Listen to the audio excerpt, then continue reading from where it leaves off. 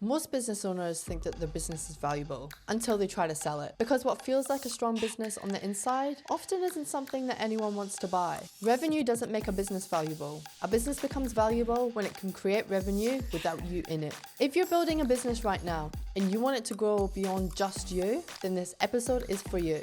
Today we're going to break down why most businesses aren't sellable and how to actually build something that has long-term value. Over 90% of people watching the podcast aren't actually subscribed, and we post conversations like this every single week. If you're serious about building a predictable revenue system, make sure you subscribe to the podcast. Hi guys, welcome back for episode 57. Woohoo! Wow. The episodes just start to feel merged. I'm like, oh, what one are we like finally on? No, it's just because we're continually talking about what seems like the same almost topic that we're working through, you know. The core problem as to why business only works because of you. So most businesses only end up working because of the founder, because they know how to sell, they understand the customer, and they solve the problems quickly. But none of that is actually systemized. So if somebody replaced you as the founder, would the business still run the same? If the answer is no, then the business depends on you, and that means it has low value, and you're probably not going to be able to sell it because somebody else coming in and buying that business, it's not going to run the same. Everything's going to be different because somebody else is doing it and the experiences that they have. 100%. I mean, obviously, you know, when you're trying to sell a business, when people go to buy a business, they're not looking to buy you. You know, they're looking to buy the system that runs the business. As in, the business needs to actually run itself in a system so that the revenue is repeatable, essentially. And predictable. Absolutely. So growth makes this actually worse because it's often misunderstood as progress. So growth without structure creates more complexity, more management, and more pressure, but the underlying system doesn't improve, and the founder becomes more involved rather than becoming less involved. Yeah, that's because there's generally no underlying system. You know, most founders start a business because they're good at something, or, you know, they're a developer and they've developed a bit of software and things. So generally what happens is when most businesses go through kind of what I would consider as being organic growth, where things are just growing themselves because the founder's good at what they do, that's when they start to bring on more clients, which of course brings on more complexity because they've got other things that they need to now consider. That also brings with it, like you were saying, the more management, which also brings more revenue, then more outputs and outgoings, which brings in more pressure, especially if they're bringing in more staff, because generally staff is the biggest outlay for any business. So that is definitely a big issue, especially when you're kind of just getting started out, you know. So again, there generally is no system, and that's where the biggest problem exists, especially in B2B. And you can see this when you're bringing on, say, staff, and the onboarding process is a little bit all over the place. You know, it's not smooth, it's not clean. There's one system that, you know, you want to get sorted out. Then you've got, you know, looking at your client onboarding process and how simple and easy that is for your clients to come over. There's another system right there. Then you have all like the internal systems of this is how we do this is how we do that, which is something we're actually going through at the moment ourselves.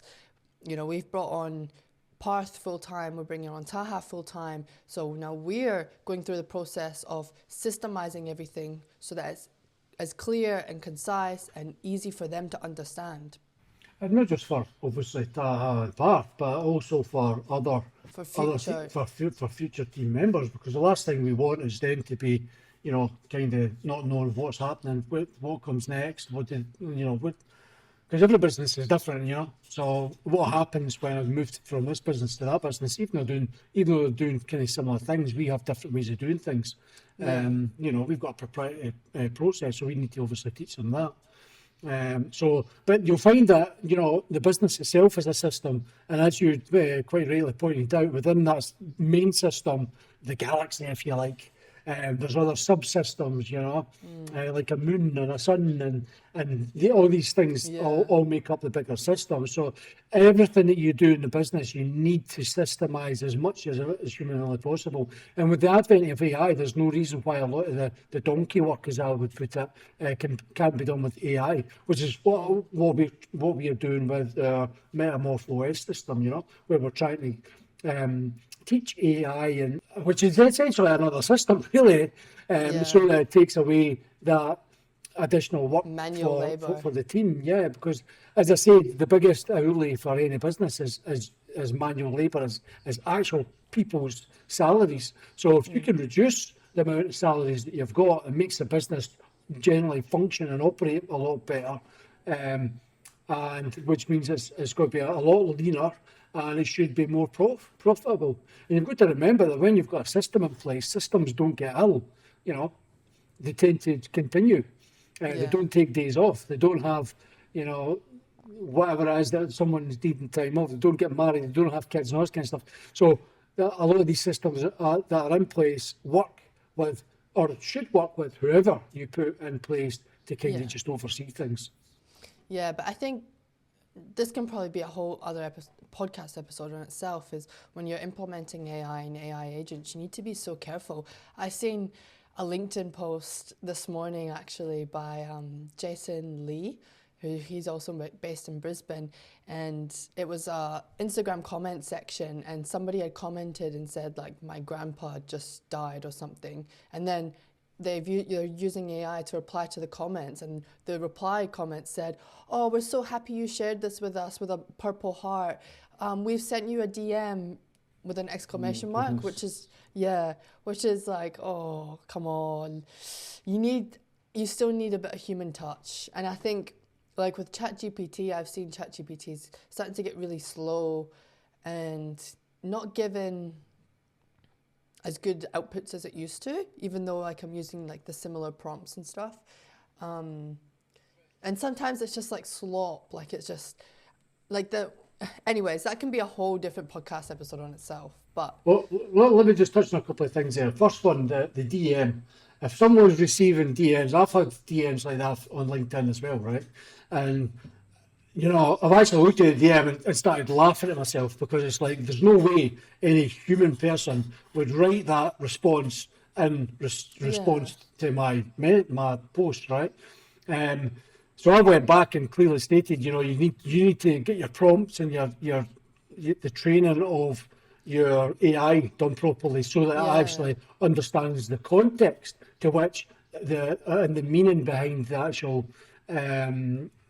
response that it wants to provide. And this is the thing as well, that you're talking about AI slop there.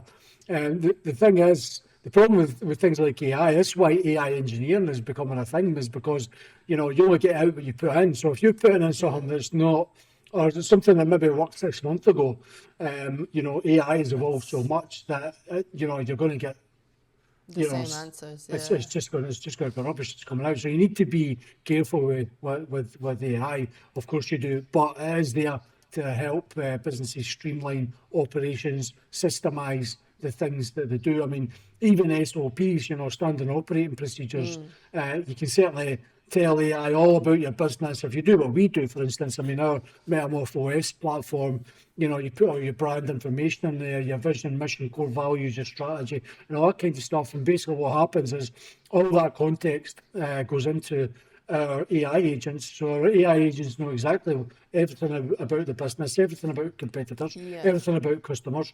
So what you get out from your SOPs is just top-notch stuff, So that's where it can accelerate things.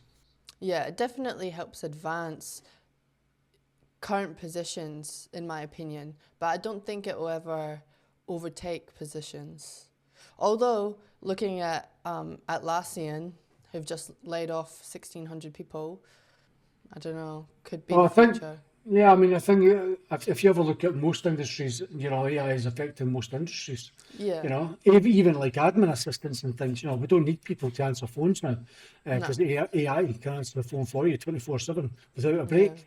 Without having to pay bias or superannuation or anything else. You know, so there's definitely benefits there if it's implemented properly. Yeah. Anyway. But the thing about that is that while that's all part of growth, that can also make business growth actually worse, especially if it's misunderstood as progress.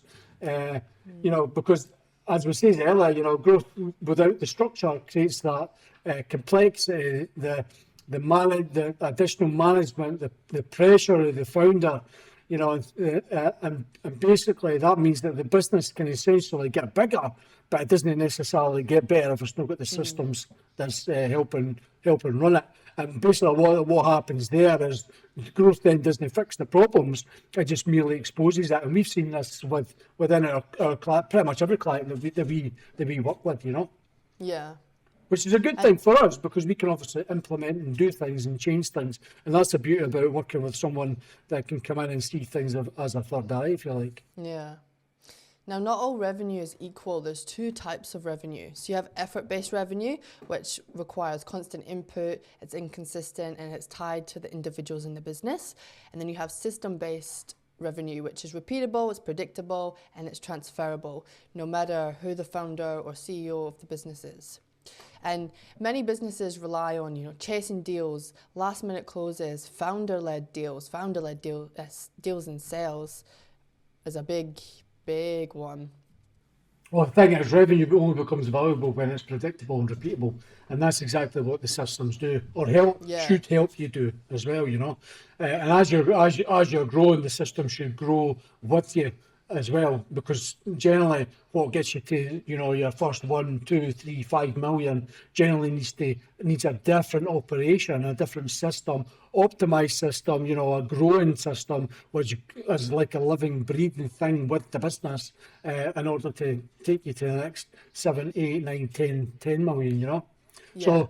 So I mean, revenue itself doesn't just increase value, you know, it's only predictable revenue that does. When you know that the money's coming in, then you can start to plan forward and systemize things more and invest more in the business rather than scrambling about chasing leads to make sure the lights are paid on at the end of the month.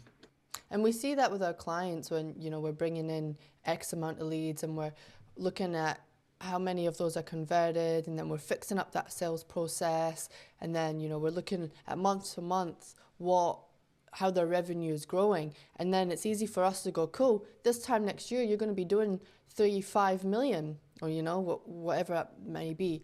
You may be doing 5 million, and we get to that point and they are doing it, which makes it so much easier to, you know, forecast and plan the future and, you know, grow. Yeah, and the thing is, the reason that happens is because of the foundation that we put in place there. And one of the biggest things we talk pretty much almost every week is about the quality of the customer that the business is attracting. You know, we just did a podcast episode on this, I think 2 weeks ago, last week or 2 weeks ago. Yeah. So make sure you give that one a watch. I'll link that down below. I mean, just because you've got more customers doesn't necessarily is going to mean better business. You know, because the wrong customers can churn quickly, which is always generally the case because you're not meeting their crazy expectations. They generally require more time and support, and it's just unbolic. They question pricing because they think that wee Joe round the corner can give them it for $50 cheaper, and it just creates operational friction, and that actually then essentially radiates right through the company, and it's not a nice place to be. You know, so these customers often come from places like unclear positioning, weak qualification, saying yes too early, even going back to making sure your ICP is done properly will make a massive difference. So you know who you're actually talking to, what you need is who you're talking to, what your messaging needs to actually be. You know, rather than just spraying and hoping and praying that, you know, customers will come in through the door. And that's what happens when you're generating leads, by the way. Especially if you're working with like a lead gen company where, you know, they're paid on performance. You know, hey, we get X amount of leads, we get paid. If we don't get that, so they just count everything that comes through. We've seen that with our clients. Yeah. But on the other hand, you know, the right customers tend to stay longer, they tend to see the value, they're easier to serve, they increase the lifetime value because they buy more for longer. They become advocates of your business, which is the ultimate goal. You continually nurture them. They even can help you build your business by saying to you, look, you know, if you've done this for me, and you know, if it was within the remit, like say, like a prime example is say Metamorpho, whereby you know your client needs something specific within the software, which is specifically for them, but even some of the other customers might want to use it. Then what we'll do is we'll build it for them as part of their monthly fee, no additional cost. You know, that's the kind of stuff. So we're helping each other because at the end of the day, that's what we're here to do, is help each other. Eh? Yeah. So go back, the type of customers that you attract determines how the business operates 100%, and their own customers just don't create churn and reduce the value of the business. Because and future investors or buyers of your business, that you have to reveal all this information. We'll see that off the bat, you know. Yeah, perfect. You've covered exactly what it is.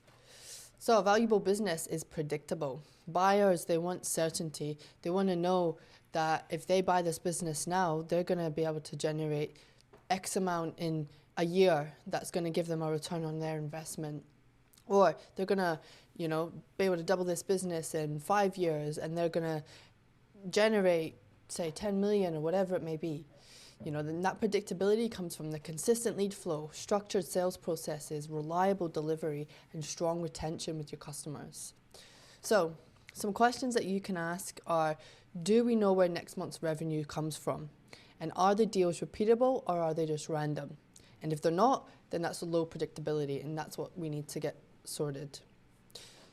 Now, these predictable sales are easier to operate, scale, and sell. And the predictability is what turns a business into an asset. That's right. Now, basically what happens when someone goes to buy a business is, you know, as we've just spoken about, they don't buy the business because the business is you. You need to have the system in place. If you've not got a system in place, you've got nothing to sell. Basically what happens is that obviously the prospective buyer will go through, do their due diligence and go through everything for say the last 5 years to see how predictable things are. And they'll also see how marketing works, how sales works, how accounts works, how customer success works, how the systems work, not just the big system, but the whole system. That's why we implement our revenue system to make sure that that's actually predictable.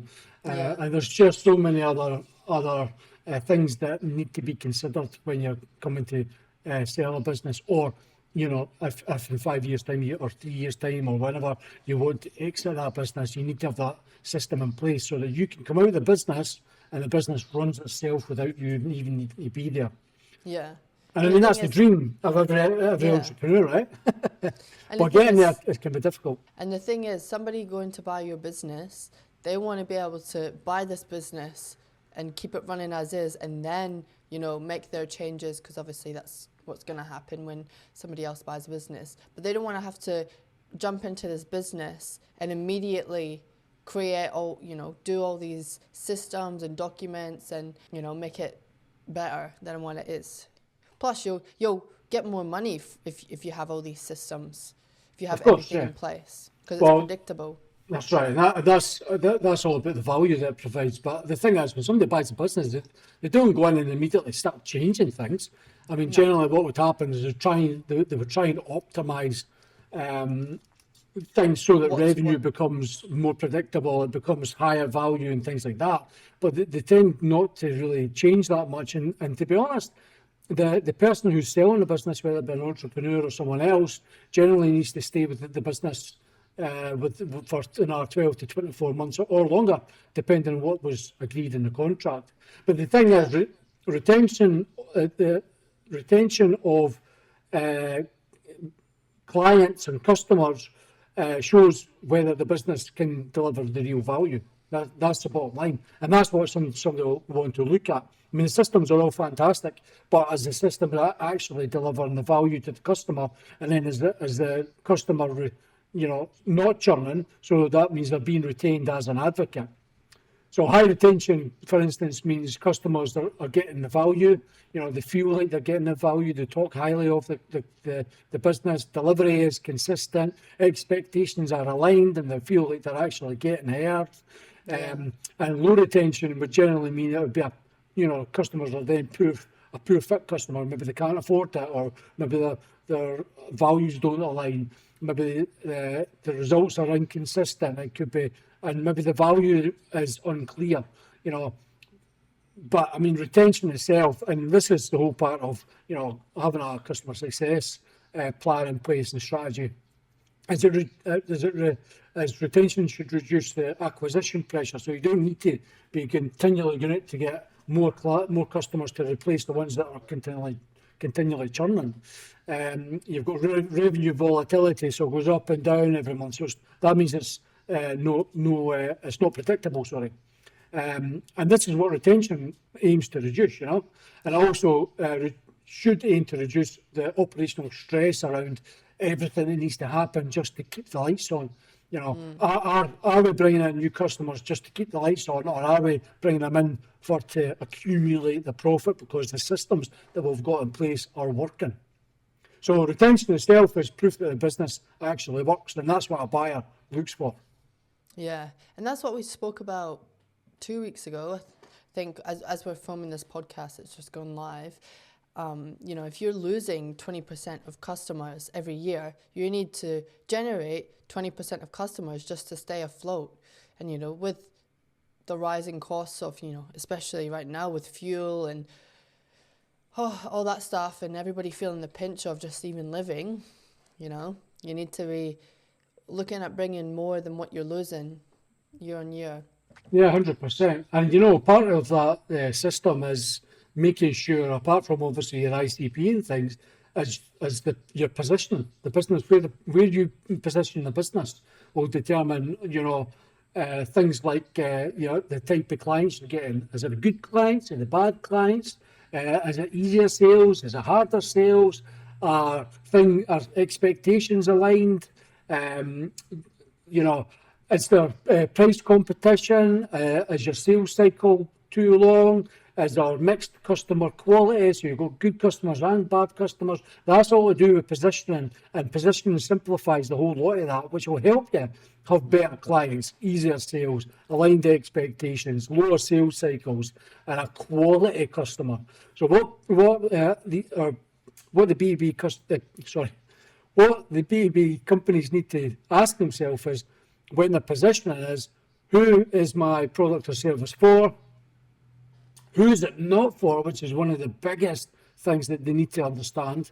And why should someone choose us? Because that clarity will reduce the friction across the entire business, and it will help with creating the systems in place, and it will help with the growth and retention. Yeah, it's so easy when you start a business to just be like, oh, I can service any man and their dog, I can help this person, I can help that person. And we've fallen victim to that so many times, because we can, we can help these people.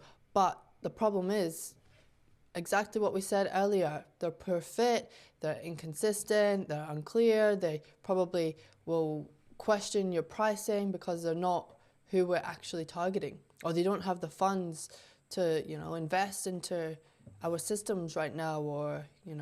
And a lot of that was actually because of your positioning, because people just assume that because we're not a marketing agency, but we do marketing as part of our process and the systems that we've got in place. And it's the same with sales, customer success, and that kind of stuff. And we do that for ourselves as well.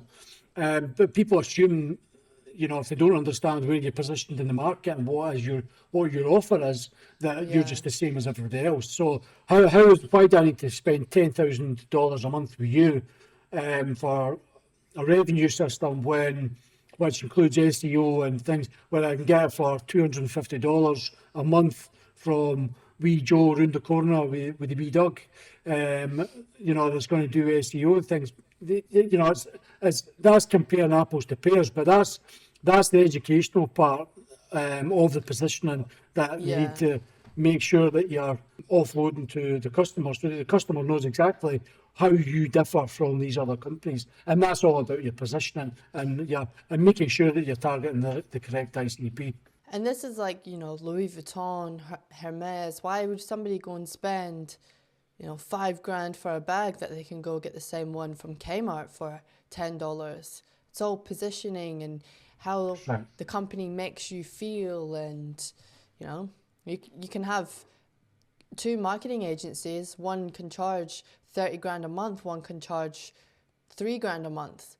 It's just perceived value. That's right. Yeah. And as they say, perception is reality. So the systems are how work gets done without you. So a business becomes valuable when the processes are defined, the outcomes are repeatable, and the team can operate independently without having to rely on you as the founder.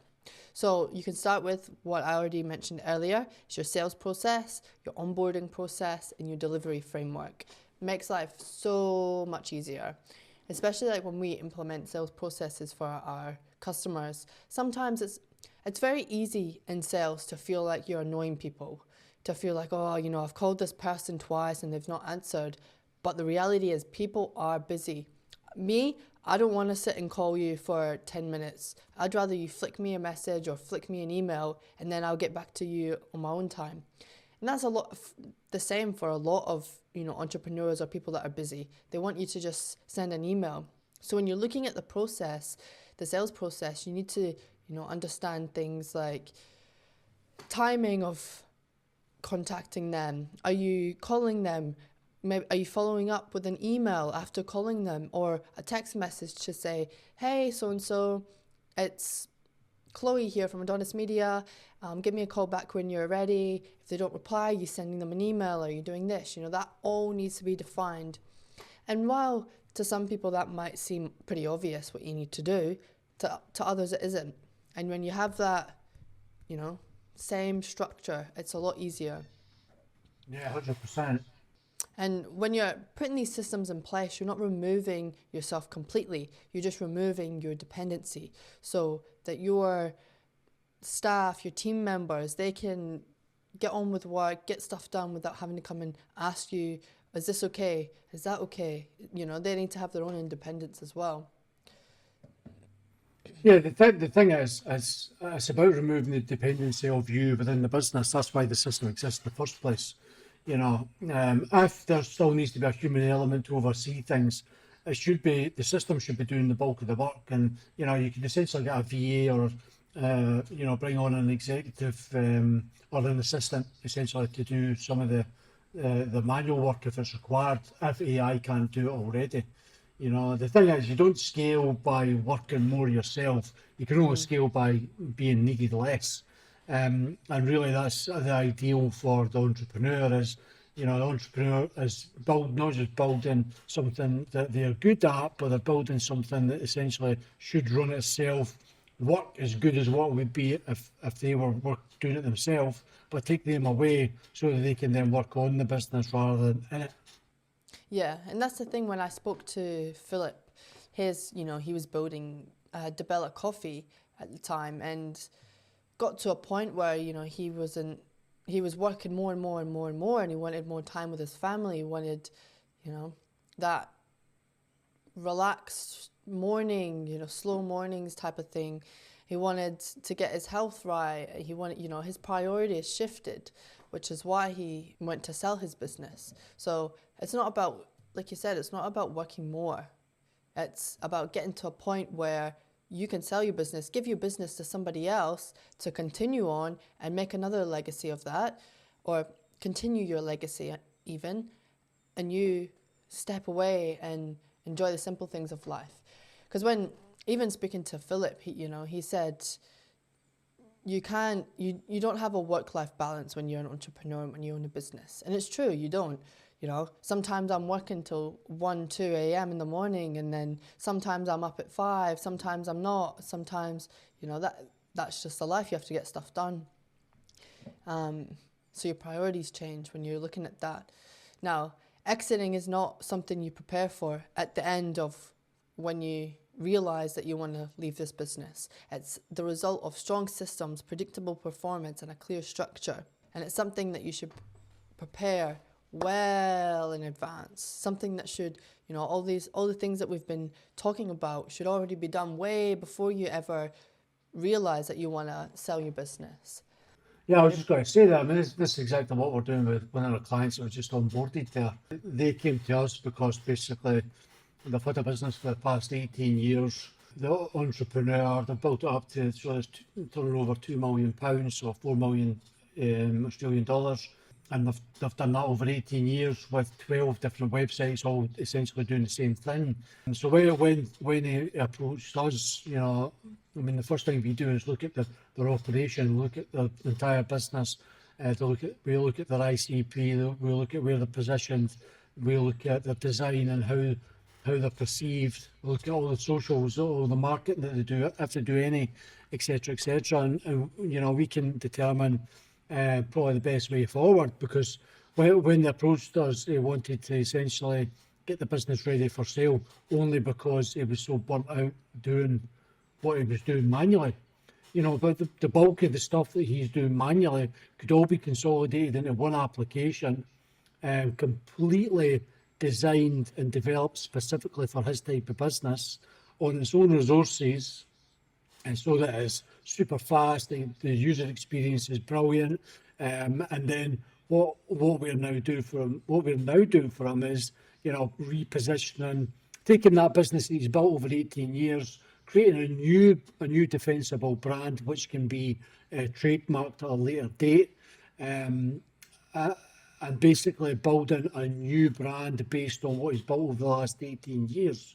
And with all these other bits and pieces like the trademarks and all these other things that we consult on when we're talking to our clients and things, is all now being implemented. So the application's been implemented, the technology's been implemented, everything's being done specifically for him. And part of that strategy essentially was to have an exit in mind within 3 years, so 36 months. But after like literally about a week of speaking about what's going to happen, what's going to be implemented, how his life's going to be better, how he's going to be able to spend more time with his family, how much more money is going to be coming in because we've streamlined the operational side, and we'll be doing consistent marketing as well to a global audience. Targeted, of course, but a global audience. That 90% of the work that he's doing now is going to be done by the system and our AI agents, and I'll not fully remove that human element, but that's the quality about having a system in place. You can go to bed and you can wake up in the morning knowing that your AI agent has booked you 10 golf packages with people in the USA, with CEOs, and they've already paid their money up front and all this kind of stuff. So these things make a big difference, and having that clear structure in place before you start doing this and understanding where you're heading makes a massive difference in predictable performance and ensuring that you're building a strong system.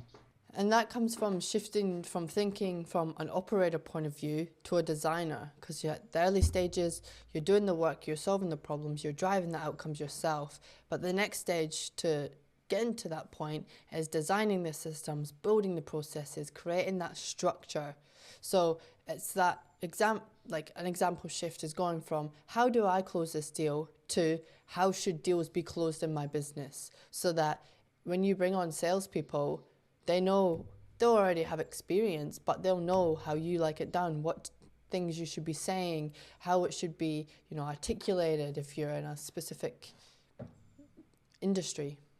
That's right. And the thing is, value at the end of the day comes from the structure that you create in the business, not the effort that you put into it. I mean, obviously you need to put effort in to make sure that the structures and the systems in place all work and that are efficient, and you cannot measure all that as well.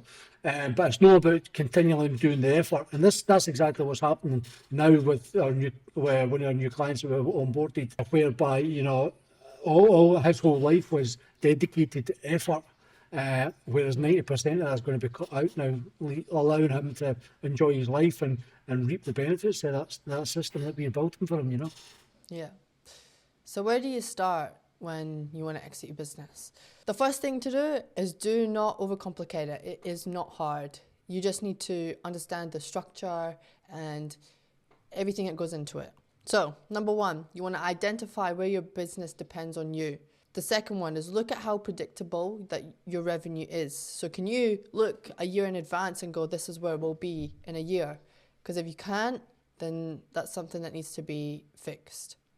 The third one is improving your customer quality, which we spoke about in our podcast 2 weeks ago, where we're reducing that churn, which is losing of customers, and making that customer experience better for them so that they stay for the long run. They become advocates, and you're just building a brand, a really good, solid brand. And the fourth is document every single key process. So whether that's you doing podcasts, you need to do the process from the very start to the very end, exactly what happens, so that you can bring somebody on and they can do the bulk of the work. All you need to do is come in from the podcast. At the end of the day, business itself, you need to have a strategy in place, right? A strategy, a plan. And you need to know that, in 5 years' time, I want to exit, or 5 years' time, I want X, Y, and Z. You need to write down your objectives. You need to understand your business. You need to understand your customers. You need to understand your revenue drivers. You need to understand who needs to be doing what. If you need other people in the business, you might not need that. You need to understand what process do you go on a daily, weekly, monthly basis in order to keep things going, And all you need to do is ask yourself as well, if you stepped away for 30 days, what breaks first?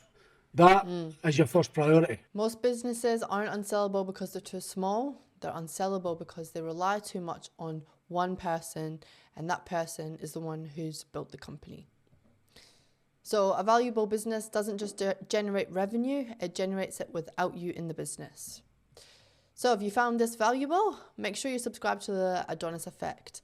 And if you're serious about building scalable revenue systems and real business value, make sure you're following Adonis Media on LinkedIn, Instagram, Facebook, everywhere we are, make sure you're following us.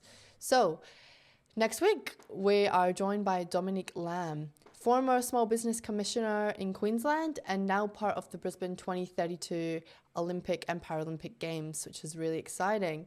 So we're going to unpack leadership at the highest level, what small businesses actually need right now, and the real, often unspoken realities of being a woman in business. So if you're building something, then you don't want to miss this one. Awesome. Nice. We'll see you next week, Bye, guys. Bye-bye. Thank you. Bye.